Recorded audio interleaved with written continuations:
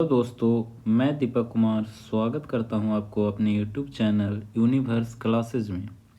आज का ये जो वीडियो है वो बिहार डीएलएड प्रवेश परीक्षा 2024 के लिए इम्पोर्टेंट रहेगी, क्योंकि इस वीडियो में हम पिछले साल को जितने भी साइंस पूछे गए हैं अर्थात 20 प्रश्न पूछे जाते हैं बिहार डीएलएड के एंट्रेंस एग्ज़ाम में, तो वो 20 प्रश्न के डिस्कशन के साथ इस वीडियो को हम ख़त्म करेंगे। तो चलिए शुरू करते हैं। और वो जो पिछला बार जो पूछा गया था अर्थात 5 जून 2023 को पूछा गया प्रश्न का हम लोग डिस्कशन करेंगे, ठीक है। तो चलिए पहले प्रश्न की ओर चलते हैं। तो ये प्रश्न है कि मेंडल ने अपने अध्ययन के लिए निम्नलिखित में से किस लक्षण का चयन किया। मेंडल ने अपने अध्ययन के लिए निम्नलिखित में से किस लक्षण का चयन किया। तो ऑप्शन पढ़िए। ऑप्शन है फलों का रंग, बीज का रंग, तने की लंबाई, फूल की स्थिति, फूल का रंग, बीज का आकार। तो मेंडल ने अपने अध्ययन के लिए ये जो जितने भी फलों का रंग, बीज का रंग, तने की लंबाई, फूल की स्थिति और फूल का रंग और बीज का आकार, इस सब का प्रयोग किया था। इसलिए इस क्वेश्चन का आंसर क्या हो जाएगा, डी। इस प्रश्न का डिस्कशन जो है वो उस प्रश्न में ही दिया हुआ है, ऑप्शन में ही दिया हुआ है। तो इस प्रश्न का आंसर इसीलिए हम सिर्फ बी मार रहे हैं, ठीक है। तो नेक्स्ट क्वेश्चन की ओर चलिए। तो क्वेश्चन है अगला कि निम्नलिखित में से कौन एकल परमाणुविक है। निम्नलिखित में से कौन एकल परमाणुविक है, ठीक है। तो चलिए इस क्वेश्चन का थोड़ा सा डिस्कशन देख लेते हैं कि इसका परमाणुकता जैसे कैसे निकलता है। जैसे आपको बता दें कि जिस भी तत्व या जिस भी यौगिक का एक परमाणु हो, जिस तत्व का, यौगिक का तो एक परमाणु होगा नहीं, तो जिस तत्व का एक परमाणु हो उसको एकल परमाणुविक बोलते हैं। एकल परमाणुविक, एकल परमाणुविक, ठीक है।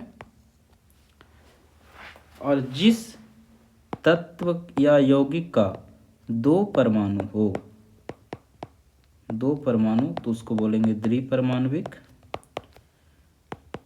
जिसका 3 परमाणु हो उसको बोलेंगे त्रिपरमाणुविक।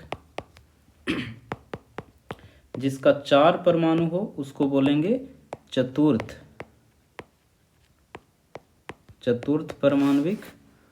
और 4 से ज़्यादा परमाणु हो, जिस भी तत्व या यौगिक का, जिस भी तत्व या यौगिक का 4 से ज़्यादा जिस यौगिक का परमाणु हो तो उससे बोलेंगे बहु मतलब बहुत सारा, इसको बोलेंगे बहुपरमाणुविक, ठीक है, बहुपरमाणुविक। इसको थोड़ा सा हम लोग एग्जाम्पल के थ्रू समझेंगे। जैसे आप समझें कि इधर लिख देता हूं मैं परमाणुकता, और इधर रहेंगे तत्व या तो यौगिक, ठीक है। किस तत्व या किस यौगिक का कितना परमाणुकता होगा उसके बारे में हम लोग समझेंगे। जैसे O2 ऑक्सीजन गैस है, तो O2 इसमें कितने परमाणु हैं आप सोच के बताइए। ऑक्सीजन के कितने परमाणु हैं, तो O2 है अर्थात इसमें 2 परमाणु हैं। तो जब 2 परमाणु होंगे तो ये क्या कहलाएंगे, द्विपरमाणुविक। क्या कहलाएंगे, द्विपरमाणुविक, ठीक है, द्विपरमाणुविक। उसी प्रकार अगर हम O3 लेते हैं, ओजोन को लेते हैं, तो इसमें कितने परमाणु हो जाएंगे, O3 को है तो ये 3 परमाणुविक, इसलिए इसको क्या बोलेंगे, त्रिपरमाणुविक, ठीक है। और एग्जांपल लेते हैं H2SO4, ठीक है। तो इसका परमाणु हम लोग कैसे गिनेंगे, तो आप देखिए ध्यान से। ऑक्सीजन का कितना परमाणु है, 4, सल्फर एक ही है, और हाइड्रोजन कितना है, 2। ऑक्सीजन का कितना परमाणु, 4, सल्फर का कितना, 1, हाइड्रोजन का कितना, 2। तो आप इसको जोड़िए, 4 और 1 5 और 2 7, ठीक है। जैसे हाइड्रोजन का 2 परमाणु है, सल्फर का 1 परमाणु है तो 1 जोड़ेंगे, ऑक्सीजन का 4 परमाणु है तो 4 जोड़ेंगे। इस प्रकार इसको जोड़िए, 4 और 4 1 5 और 2 7, इसमें कितने परमाणु हैं, इसमें है 7 परमाणु। जब इसमें 7 परमाणु हैं तो ये अर्थात ये 4 से ज़्यादा है, और मैंने आपको बताया कि 4 से ज़्यादा रहने पर वो क्या कहलाता है, बहुपरमाणविक। तो इस प्रकार H2SO4 जो है वो क्या हो जाएगा, बहुपरमाणविक।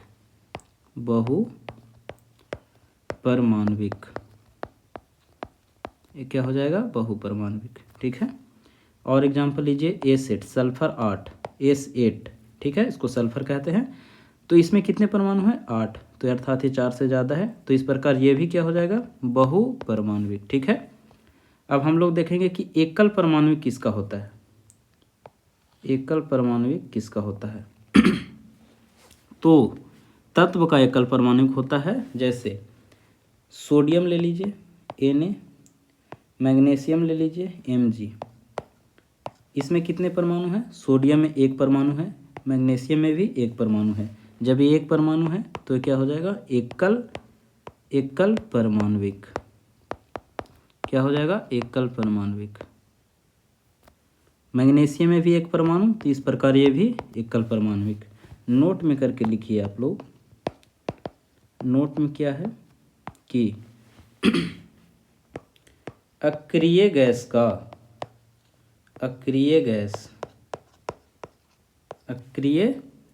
का परमाणुकता, अक्रिय गैस का परमाणुकता अर्थात जिसमें 1 परमाणु हो तो अक्रिय गैस का परमाणुकता 1 होती है, एक होती है, अर्थात अक्रिय गैस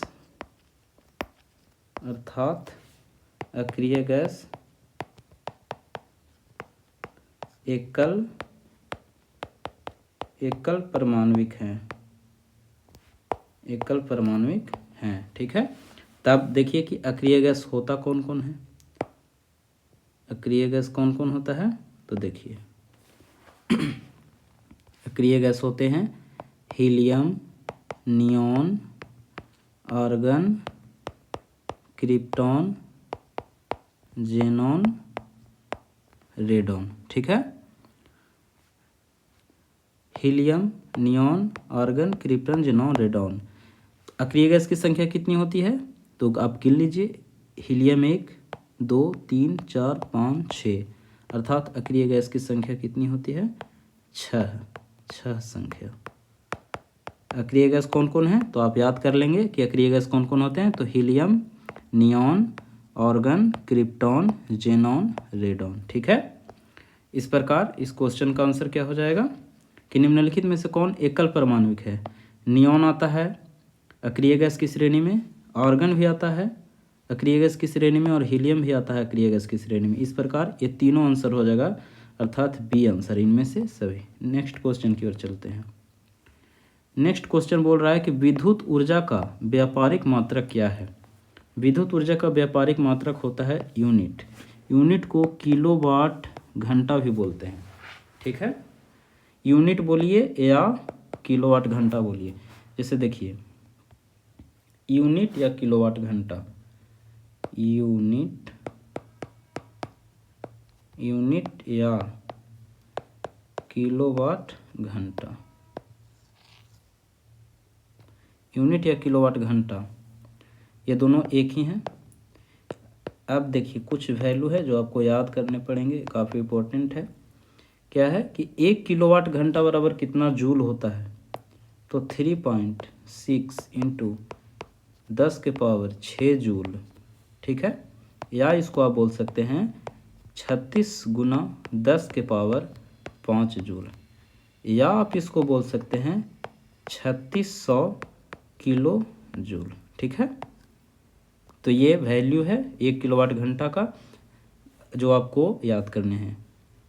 अगर आपको किलोवाट घंटा अर्थात यूनिट निकालना हो तो उसके लिए फॉर्मूला क्या होता है, तो उसके लिए फॉर्मूला होता है VIT/1000।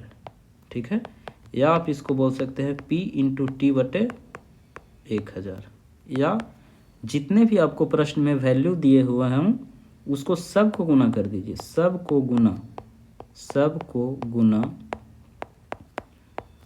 गुना करके आप 1000 से भागा दे दें, 1000 से भागा दे दीजिएगा। सब को गुना करके अगर आप 1000 से भागा दे दीजिएगा तो वो किलोवाट घंटा निकल जाएगा। भी जो है, भी वोल्टेज है, भी बराबर क्या हो जाएगा, वोल्टेज। आई बराबर हो जाएगा करंट, करंट कहने का मतलब धारा। टी मतलब टाइम, टाइम कहने का मतलब समय, ठीक है। और ये जो वी आई है, वी आई को ही हम लोग पी बोलते हैं, ठीक है। वी आई को ही क्या बोलते हैं, पी। तो इसलिए P बराबर वी आई होता है, इसलिए वी आई टी के जगह पे हम लोग P इंटू टी बटा 1000 लिखें, ठीक है। तो इस प्रकार इस क्वेश्चन का आंसर क्या हो जाएगा, यूनिट, यूनिट या किलोवाट घंटा बोल सकते हैं। नेक्स्ट क्वेश्चन की ओर चलते हैं। नेक्स्ट क्वेश्चन है कि निम्नलिखित में से किसे अंदर लिया जाए तो अंधापन आ सकता है। किसे अंदर लिया जाए कि अंधापन आ सकता है। तो जैसे देखिए इस क्वेश्चन का आंसर हो जाएगा CH3OH, ठीक है। CH3OH के बारे में हम लोग समझते हैं कि CH3OH है क्या। CH3OH, इससे जुड़े जितने भी प्रश्न हैं वो आपको बताने का प्रयास करते हैं। CH3OH को हम लोग वुड अल्कोहल कहते हैं, वुड अल्कोहल, वुड अल्कोहल, ठीक है। CH3OH को हम लोग वुड नेफिया भी कहते हैं, वुड नेफिया। CH3OH को हम लोग डीनेचर्ड अल्कोहल कहते हैं, डीनेचर्ड अल्कोहल, ठीक है। या इसको हम लोग जहरीला अल्कोहल भी बोल सकते हैं क्योंकि ये बहुत जहरीला होता है, जहरीला अल्कोहल। CH3OH से मानव को अंधापन आ सकता है, अंधा या बहरा, अंधा बहरा, या मनुष्य को पागल कर सकता है, या आदमी मर भी सकता है, इससे पागल कर सकता है, ठीक है। तो आप एक बार फिर से CH3OH को देख लेंगे।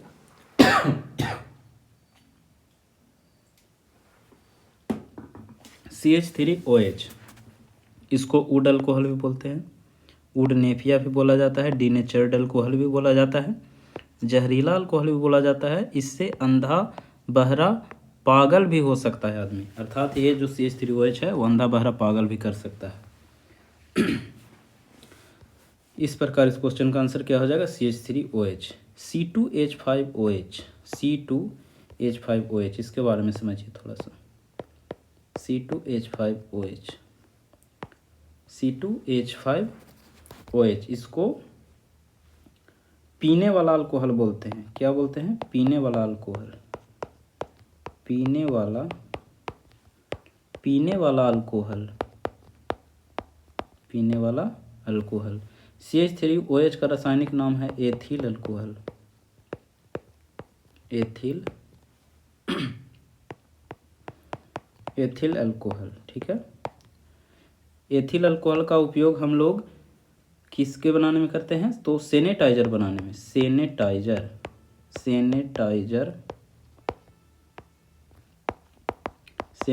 बनाने में, ठीक है। एथिल अल्कोहल को हम लोग पीने वाला अल्कोहल भी बोलते हैं। C2H5 इसका रासायनिक सूत्र हो गया। एथिल अल्कोहल, इसको सैनिटाइजर बनाने में भी उपयोग किया जाता है। तो इस प्रकार इस क्वेश्चन का आंसर क्या हो जाएगा, ए, जिससे सेवन से मनुष्य के अंधापन आ सकता है, CH3OH। इसका भी हम लोग सोल्यूशन देंगे। चलिए नेक्स्ट क्वेश्चन की ओर। कोशिका भित्ति किसके आसपास पाई जाती है, कोशिका भित्ति किसके आसपास पाई जाती है।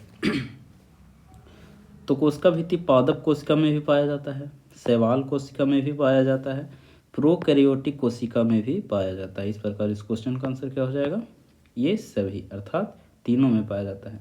चलिए इससे संबंधित जो प्रश्न होते हैं आपको बताने का प्रयास करता हूँ। ये प्रश्न पूछे जाते हैं कि किसकी कोशिका भित्ति किसकी बनी होती है, तो कवक की कोशिका भित्ति काइटिन की बनी होती है।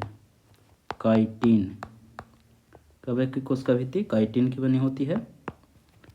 पादप की कोशिका भित्ति सेल्यूलोज की बनी होती है। सेल्यूलोज की बनी होती है, ठीक है। और जीवाणु की कोशिका भित्ति पेप्टिडोग्लाइकन की बनी होती है। पेप्टिडोग्लाइकन की बनी होती है। जीवाणु की कोशिका भित्ति किसकी बनी होती है, तो पेप्टिडोग्लाइकन की बनी होती है। सेल्यूलोज जो है इसका प्रयोग कागज बनाने में करते हैं। कागज जो बनता है वो कागज बनाने में अर्थात सेल्यूलोज से कागज बनता है। और लकड़ी का जो बाहरी आवरण होता है, लकड़ी का बाहरी आवरण किसकी बनी होती है, तो वो सेल्यूलोज की बनी होती है, ठीक है। तो ये तीनों क्वेश्चन काफ़ी इंपॉर्टेंट है, प्रश्न पूछे जाते हैं एग्जाम में कि कवक की कोशिका भित्ति किसकी बनी होती है, काइटिन की। पादप की कोशिका भित्ति सेल्यूलोज की बनी होती है। जीवाणु की कोशिका भित्ति पेप्टिडोग्लाइकन की बनी होती है, ठीक है। कोशिका भित्ति प्लांट में पाया जाता है। कोशिका भित्ति जो है, कोशिका भित्ति प्लांट में पाया जाता है।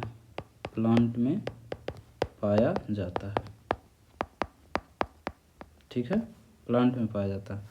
कोशिका भित्ति को इंग्लिश में सेल वॉल भी बोलते हैं, सेल वॉल, ठीक है। इस प्रकार इस क्वेश्चन का आंसर ये सभी हो जाएगा। चलिए अगले प्रश्न की ओर चलते हैं।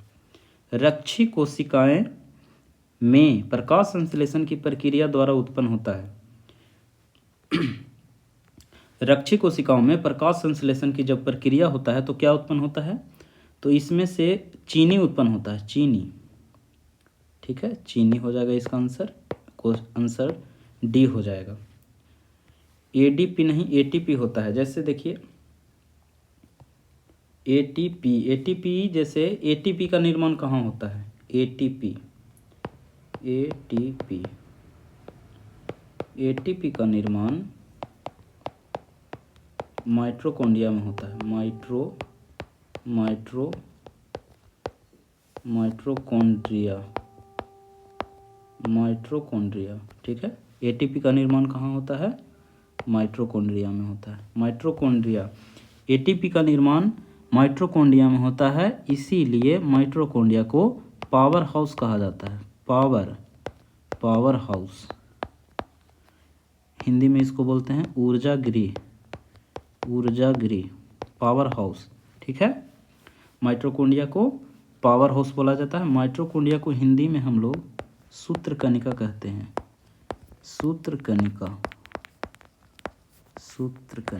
ठीक है। माइटोकॉन्ड्रिया जो है, माइटोकॉन्ड्रिया जंतु कोशिका का सबसे बड़ा कोशिकांग है। जंतु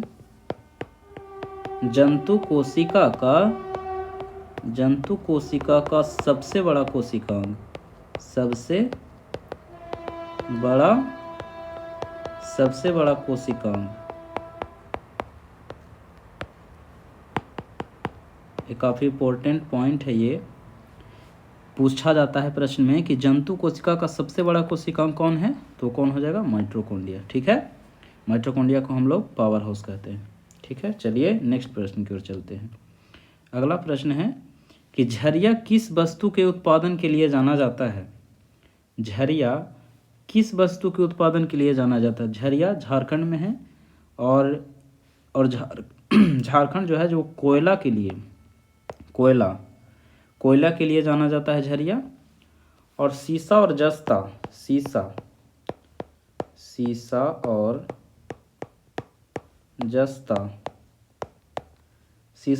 जस्ता जो है वो कहाँ के लिए जाना जाता है, तो सीसा जस्ता ये राजस्थान में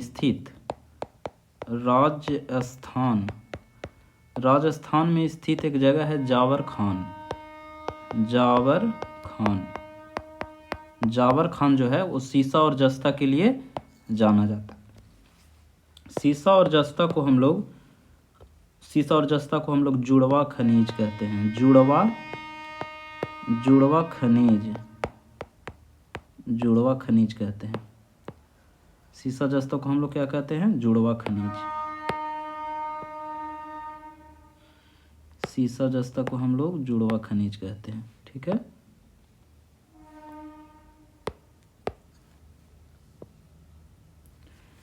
जुड़वा खनिज इसलिए कहा जाता है क्योंकि जहाँ पे सीसा होता है वहाँ पे जस्ता भी होता है, और जहाँ जस्ता होता है वहाँ पे सीसा भी होता है। ठीक है। तो इस प्रकार इस क्वेश्चन का जो झरिया है वो कोयला के लिए प्रसिद्ध है, और सीसा जस्ता राजस्थान में स्थित जावर खान यहाँ पे प्रसिद्ध है। अगला प्रश्न की ओर चलते हैं। अगला प्रश्न है कि ओम का नियम परिभाषित करने में किसका मान अचर रहता है? अचर कहने का मतलब नियत। किसका मान नियत रहता है ओम के नियम में? तो ओम का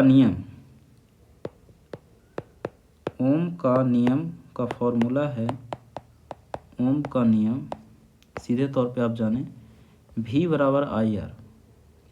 V बराबर आई आर। ओम का नियम कांस्टेंट पूछा है तो V बराबर क्या हो जाएगा? I R. अर्थात ये ओम का नियम का फॉर्मूला है। ठीक है। V वोल्टेज है, I करंट है, R रेजिस्टेंस कहने का मतलब प्रतिरोध है। जब V बराबर आई आर होता है तो यहाँ पे ताप अर्थात T टेम्परेचर कहने का मतलब ताप जो है वो नियत रहता है। क्या नियत रहता है? ताप नियत रहता है।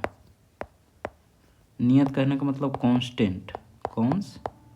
कांस्टेंट रहता है। ताप नियत रहता है। T टेम्परेचर नियत रहता है। ओम के नियम में टेम्परेचर नियत रहता है। इस प्रकार इस क्वेश्चन का आंसर क्या हो जाएगा? ओम के नियम में क्या नियत रहता है? तो ताप नियत रहता है। D answer. ठीक है। एक और ओम के नियम से संबंधित एक बहुत ही महत्वपूर्ण प्रश्न है, वो ये है कि ओम का नियम कहाँ कहाँ नहीं लगता है? तो ओम का नियम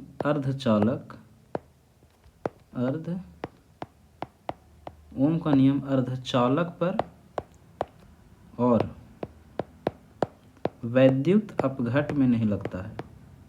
वैद्युत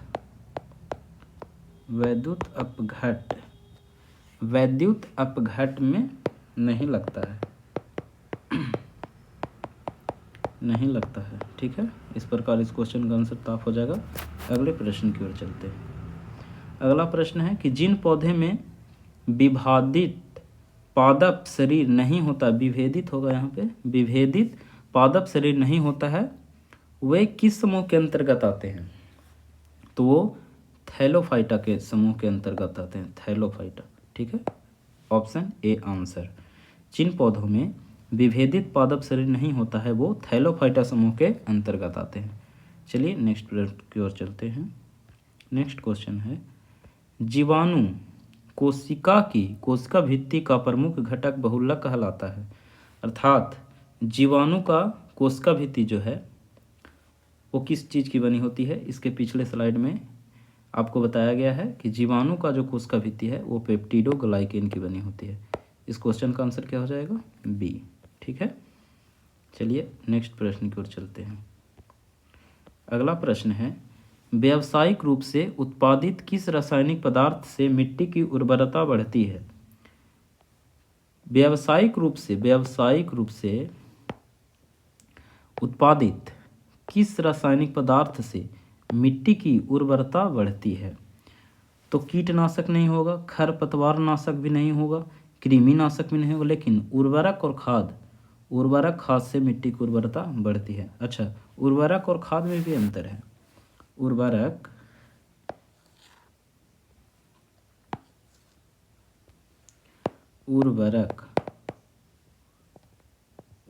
और खाद में क्या अंतर है? खाद को हम लोग कंपोस्ट बोलते हैं। कंपोस्ट। ठीक है। जो घर में तैयार होता है, जो हम लोग तैयार करते हैं, जो हम लोग तैयार करते हैं। और उर्वरक जो बाजार से खरीद के लाते हैं। बाजार से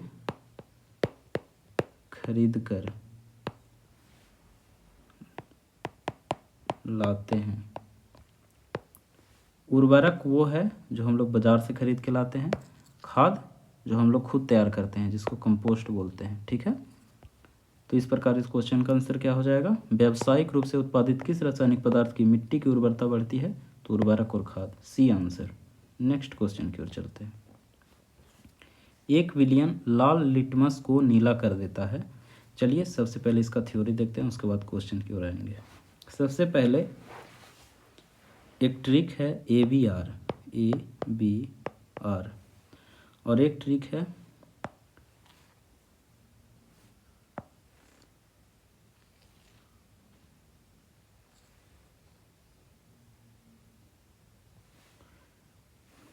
ABR और BR भी होता है, सॉरी,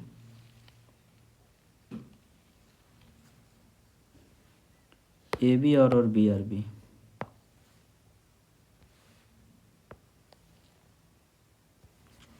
ABR और BR भी। ABR कहने का मतलब एसिड, एसिड जो है वो ब्लू टू रेड, और एक होता है BRB। BRB कहने का मतलब base, base red to blue, red to blue. ठीक है, एसिड अम्ल को बोलते हैं और बेस मतलब होता है क्षार। ठीक है, रेड, ब्लू मतलब नीला, रेड मतलब लाल। तो ये जो ट्रिक है ABR और BRB, कहने का मतलब एसिड ब्लू टू रेड कर देता है, अर्थात अम्ल जो है वो नीला को लाल कर देता है, अर्थात नीले लिटमस पत्र को लाल कर देता है। और बेस कहने का मतलब क्षार, क्षार जो है वो रेड से ब्लू कर देता है, रेड टू ब्लू कहने का मतलब लाल को नीला कर देता है। ठीक है, तो इस प्रश्न में क्या बोला जा रहा है कि 1 बिलियन लाल को, लाल लिटमस को क्या कर रहा है? नीला कर रहा है। तो लाल लिटमस को नीला कौन करता है? लाल को नीला कौन करता है? तो ये करता है क्षार। क्षार जो है वो रेड को ब्लू कर देता है। तो उसका मान पूछ रहा है। तो एक सूचकांक है, जैसे आप देखिए ये लाइन है, यहाँ पे 7 होता है। इसको जिस भी चीज़ का pH मान 7 है वो उदासीन होता है, 7 उदासीन होता है। यहाँ पे सबसे मैक्सिमम 14 होता है और यहाँ पे सबसे मिनिमम 0 होता है। तो इधर की ओर जो भी आता है और इधर की ओर जो भी आता है, इधर क्षारीयता होता है, अर्थात इधर जे भी आएगा 7 से अधिक जिसका भी pH वैल्यू आएगा वो क्षारीय होगा, और 7 से जिसका भी कम होगा वो अम्लीय होगा। अम्लीय क्या होगा? अम्लीय। तो 7 से कम अम्लीय का मान होता है और 7 से ज़्यादा pH वैल्यू क्षारीय का मान होता है। ठीक है, इस प्रश्न में क्या बोला गया है कि जो लाल को नीला कर देता है, लाल को नीला कौन करता है? क्षार, अर्थात क्षार का वैल्यू 7 से ज़्यादा होगा। अब आप ऑप्शन में देखिए कि 7 से ज़्यादा किस ऑप्शन में है, तो 7 से ज़्यादा सिर्फ एक ही ऑप्शन है 10। इस प्रकार इस क्वेश्चन का आंसर क्या हो जाएगा? 10। ठीक है, नेक्स्ट प्रश्न की ओर चलते हैं। अगला प्रश्न है शक्ति का एसआई मात्रक कितना होगा? सॉरी, कितना नहीं, शक्ति का एसआई मात्रक क्या है? तो ये सिंपल है, वाट। शक्ति का एसआई मात्रक क्या होता है? वाट। ठीक है, शक्ति का एसआई मात्रक क्या होता है? वाट। अब शक्ति का मात्रक बहुत तरह से पूछे जाते हैं। शक्ति का मात्रक, शक्ति का मात्रक, ठीक है। शक्ति का अगर आपसे एसआई मात्रक पूछे, एसआई मात्रक, एसआई पूछे तब तो वाट होगा, वाट को डब्लू से डिनोट करते हैं। अगर आपसे व्यावहारिक मात्रक पूछे, क्या पूछे? व्यावहारिक मात्रक, व्यावहारिक मात्रक पूछे तो एचपी हो जाएगा। एचपी, एचपी कहने का मतलब हॉर्स पावर। अगर बहुत बड़े यंत्र का पूछे, बहुत बड़े यंत्र का मात्रक पूछे तो किलोवाट हो जाएगा, किलोवाट। ठीक है, शक्ति का ऐसे मात्रक वाट होता है, व्यावहारिक मात्रक एचपी होता है, बहुत बड़े यंत्र का मात्रक किलोवाट होता है, ठीक है। और 1 HP बराबर 746 वाट होता है, 746 वाट। HP का फुल फॉर्म होता है हॉर्स पावर, ठीक है। तो इस प्रकार इस क्वेश्चन का आंसर क्या हो जाएगा, ऑप्शन को देखते हुए वाट आंसर। नेक्स्ट प्रश्न की ओर चलते हैं। नेक्स्ट प्रश्न है कि प्रति सेकंड पृथ्वी की सतह से प्रति वर्ग मीटर ग्रहण किए गए सौर ऊर्जा का मान कितना होता है। तो ये याद करने वाली चीज़ है। इस क्वेश्चन का आंसर ये हो जाएगा 1.36 किलो जूल प्रति सेकेंड, ठीक है। आप इस क्वेश्चन को डायरेक्ट याद कर लेंगे। और यहाँ पे एक और प्रश्न आपसे पूछ सकता है कि प्रकाश संश्लेषण से रिलेटेड, कि जो पादप है पादप प्रकाश संश्लेषण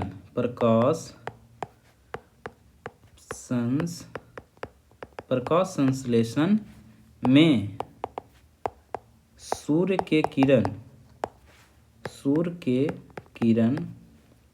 का 1% ही ले पाता है, ठीक है। पादप प्रकाश संश्लेषण में सूर्य के किरण का 1% ही ले पाता है। क्वेश्चन आपसे पूछ सकता है, इसलिए बता दिए, ठीक है। अब चलिए नेक्स्ट प्रश्न की ओर चलते हैं। अगला प्रश्न है कि जल प्रदूषण को मापने के लिए कौन सा परीक्षण किया जाता है। तो जल प्रदूषण को मापने के लिए बीओडी टेस्ट किया जाता है, जो कि ऑप्शन नंबर ए में है, जैव रासायनिक ऑक्सीजन मांग, बीओडी का फुल फॉर्म होता है बायोलॉजिकल ऑक्सीजन डिमांड,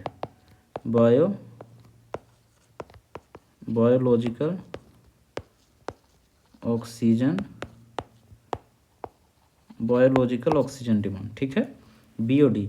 अगर कहीं पे बीओडी का मांग कम है, अर्थात अगर बीओडी का मांग जहाँ पे कम होगा वहाँ पे जल प्रदूषण कम होगा। अगर बीओडी का मांग जहाँ पे ज़्यादा है, आप समझ लीजिए कि वहाँ जल प्रदूषण ज़्यादा है। बीओडी का फुल फॉर्म क्या होता है, बायोलॉजिकल ऑक्सीजन डिमांड, ठीक है।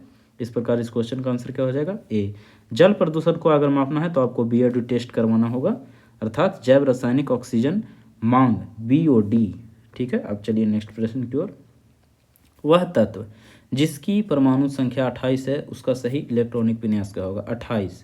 28 जो परमाणु संख्या है, 28 परमाणु संख्या निकेल का होता है।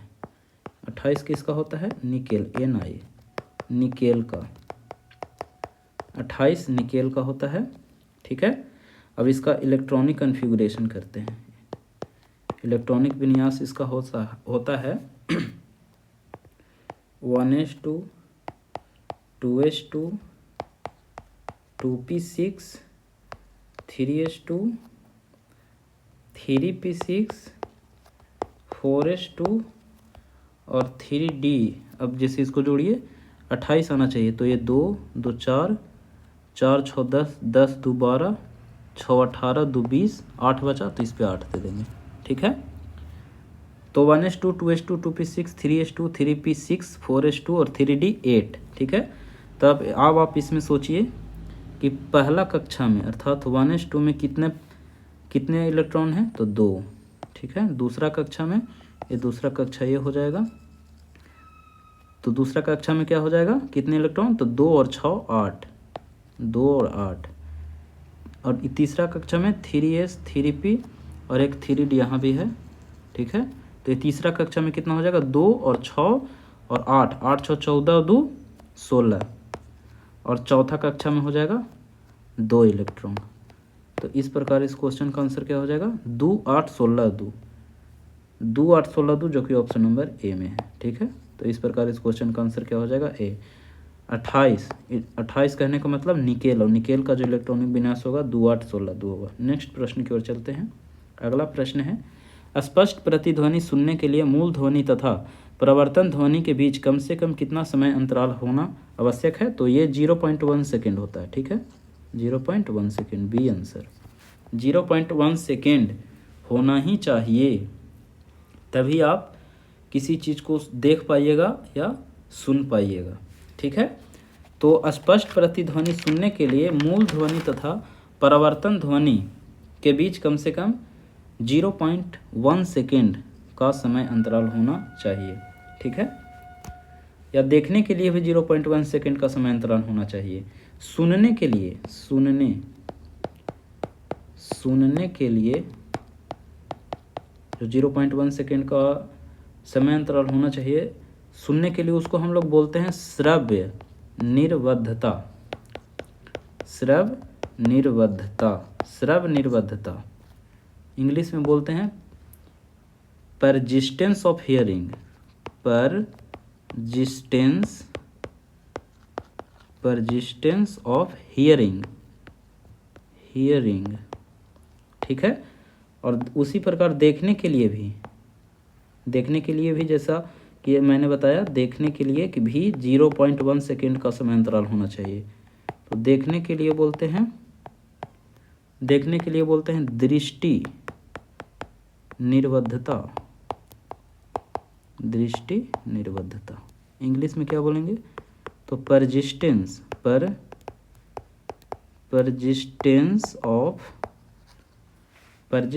Of vision. ठीक है, इस प्रश्न का आंसर 0.1 सेकेंड हो जाएगा। सुनने के लिए बोलते हैं श्रव्य निर्बद्धता, देखने के लिए दृष्टि निर्बद्धता। अगला प्रश्न की ओर चलते हैं। अगला प्रश्न है, किसी भ्रमणशील वस्तु की चाल 0.06 मीटर प्रति सेकेंड है। यह चाल निम्नलिखित में से किसके बराबर है? सभी ऑप्शन किलोमीटर प्रति आवर में दिया हुआ है और क्वेश्चन में है मीटर प्रति सेकेंड। तो मीटर पर सेकेंड को किलोमीटर प्रति आवर में बदलने के लिए हम लोग 18/5 से गुना करते हैं। जैसे कि आप थोड़ा सा देख लीजिए कि जब किलोमीटर प्रति आवर को मीटर पर सेकेंड में बदलना हो तो 5/18 से गुना करते हैं। 5/18 से गुना करते हैं, और मीटर पर सेकेंड को किलोमीटर पर आवर में अगर बदलना है, तो 18/5 से गुना। ठीक है, अर्थात बड़ा से छोटा में बदलना है तो छोटा वैल्यू से गुना, और छोटा से बड़ा में जाना है तो बड़ा वैल्यू से गुना आपको करना पड़ता है, अर्थात 18/5 से। क्वेश्चन में दिया हुआ है कि 0.06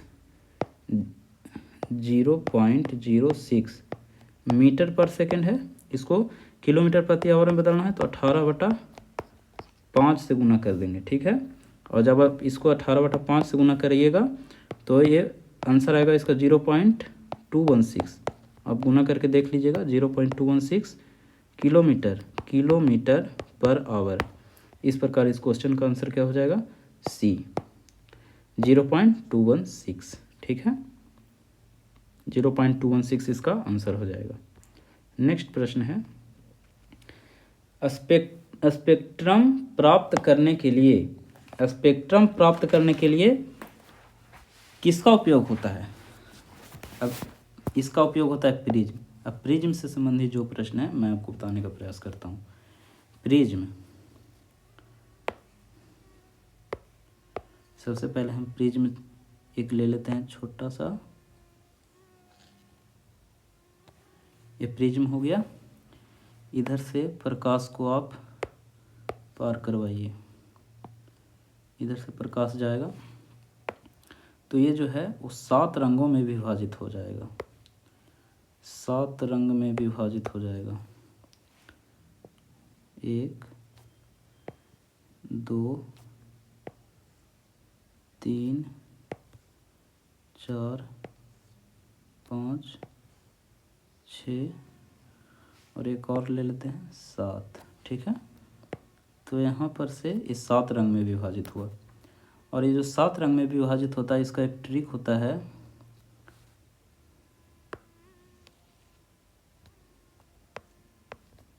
इसका ट्रिक होता है बयानिहा पिनाला।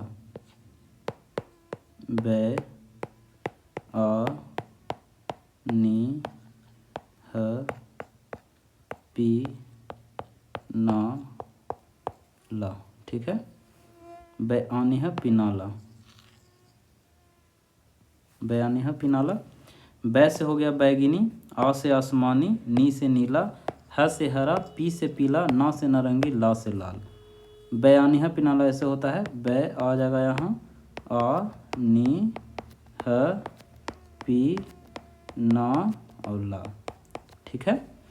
और जब हम नीचे से ऊपर की ओर जाते हैं, अर्थात नीचे से ऊपर की ओर जाते हैं, तो तरंग दैर्घ्य को हम लोग इससे डिनोट करते हैं। तरंग दैर्घ्य बढ़ता है, उसके बाद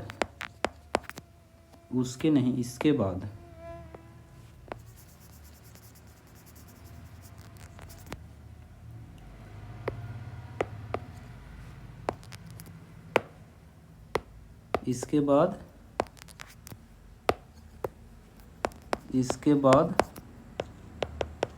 सब घटता है। अर्थात नीचे से ऊपर जाइएगा तो सिर्फ तरंग दैर्घ्य बढ़ेगा, बाकी जो भी आएगा वो सब घटेगा।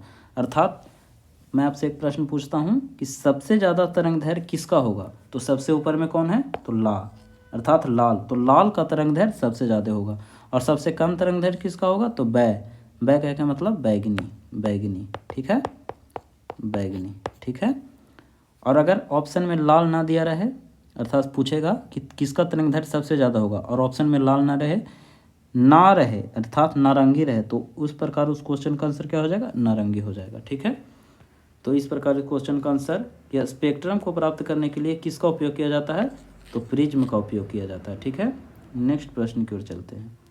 अगला प्रश्न है, पहाड़ी क्षेत्रों में मृदा अपरदन रोकने के लिए किस विधि का अपनाया जाता है, तो ये विधि है सपानी कृषि। ये क्वेश्चन को आप याद रख लेंगे, सपानी कृषि। पहाड़ी क्षेत्र में मृदा अपरदन को अगर रोकना है तो वहाँ पे कौन सा विधि अपनाया जाता है, सपानी कृषि। तो चलिए 20 प्रश्न का डिस्कशन हो चुका है। बिहार डीएलएड में 20 ही प्रश्न पूछे जाते हैं साइंस के, तो 20 प्रश्न का आपको डिस्कशन दिया गया। चलिए एक बार क्विक रिवीजन कर लेते हैं। जैसे पहाड़ी क्षेत्रों में मृदा अपरदन रोकने के लिए किस विधि का अपनाया जाता है, सपानी कृषि, ठीक है। अगला प्रश्न था कि स्पेक्ट्रम प्राप्त करने के लिए किसका उपयोग करते हैं, तो प्रिज्म का। और प्रिज्म से संबंधित जो भी प्रश्न था आपको बताएं। अगला प्रश्न है कि भ्रमणशील 0. इसका आंसर हो जाएगा 0.216 किलोमीटर प्रति आवर। और सुनने या देखने के लिए 0.1 सेकेंड का समय अंतराल होना चाहिए।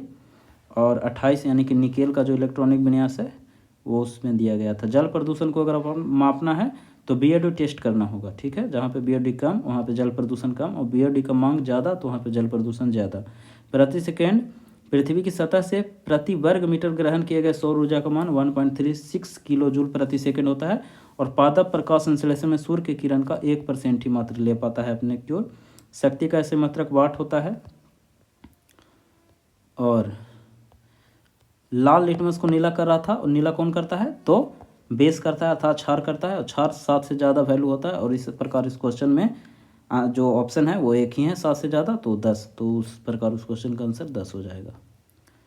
रासायनिक पदार्थ से मिट्टी की उर्वरता बढ़ती है, उर्वरक और खाद से। अगला क्वेश्चन था कि जीवाणु कोशिका की कोशिका भित्ति पेप्टिडोग्लाइकेन की बनी होती है। जिन पौधों में विभेदित पादप शरीर नहीं होता वो थैलेफाइटा समूह के अंतर्गत आते हैं।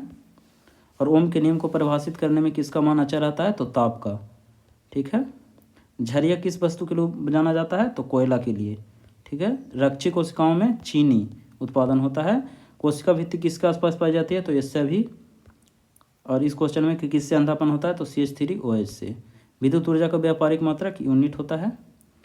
और निम्नलिखित में से कौन एकल परमाणुक है, तो अक्रिय गैस एकल परमाणुक होता है। और इस प्रकार इस क्वेश्चन का सभी आंसर हो जाएगा इनमें से सभी। मेंडल ने अपने अध्ययन के लिए ये तीनों A, B, C, D जितने भी ऑप्शन है उस सब का प्रयोग किया था। इस प्रकार इस प्रश्न खत्म हुआ। तो आप लोगों ने 20 प्रश्न का डिटेल सॉल्यूशन देखा। तो चलिए, अगर आप लोग को दूसरा वीडियो चाहिए तो आप कमेंट में बताइएगा, और अगर सब्जेक्ट का चाहिए तो आप बता सकते हैं कमेंट के माध्यम से, उसके अनुसार डिसीजन लिया जाएगा। तो चलिए इस वीडियो को यहीं पे समाप्त करते हैं। Thank you. जय हिंद, वंदे मातरम।